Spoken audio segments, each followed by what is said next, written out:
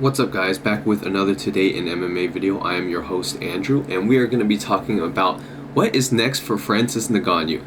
No one really gave him a chance going into this fight. I am a Tyson Fury fan and I'm a realist, Going into the fight against the best heavyweight at the time right now and having no boxing experience. I think he has some amateur boxing fights in his record somewhere, but basically first professional bout, and he basically passed all the tests. I'm gonna be honest with you, I was watching this on the go and the connection wasn't that great on my phone, so it was skipping every now and then, and I was at a friend's bachelor party, so I was out and about watching it on my phone and it wasn't the best connection in the world, so I saw bits and pieces of it, but I was excited, or I would say at least surprised, when Francis Ngannou knocked down Tyson Fury in the third round, I believe.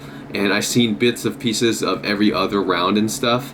And based on videos that they made after the fight, you can see Tyson Fury has visible damage on his face, while Francis Ngannou has literally nothing, And it's crazy, to say the least. And boxing ain't gonna let, Francis Ngannou win. If they do rematch, which I highly doubt it, maybe, who knows? I do think that Francis Ngannou, the only way he's going to beat him is by knockout, by finishing Tyson Fury.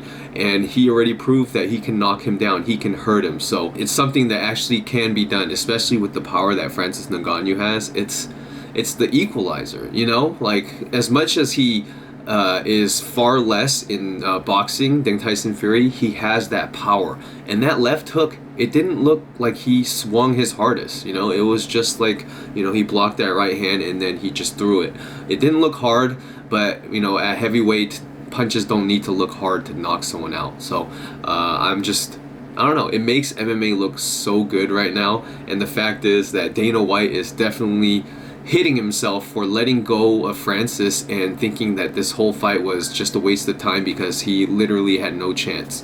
And, it's fair for Dana White to think that, but it's great that it backfired on him. Can you imagine if Francis Ngannou was under the UFC banner and did this fight and did that performance? It would make UFC look so much better. It would literally be taking a shit on boxing.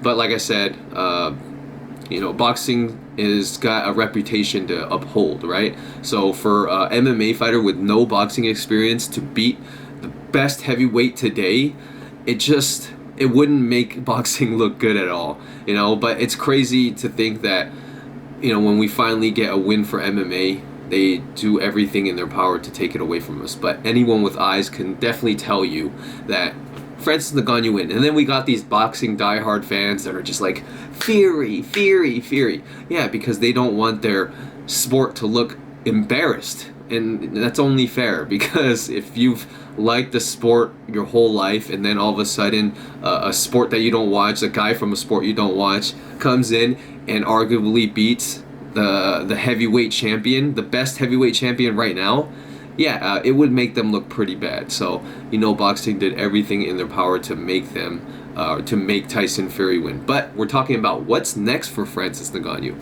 I think Tyson Fury's, obviously he has an obligation with Usyk, so I think that's next for him. But Francis Ngannou, there's options. Should he go back to PFL and beat some people that we probably don't know about? Or should he take another boxing match? I think another boxing match would be good.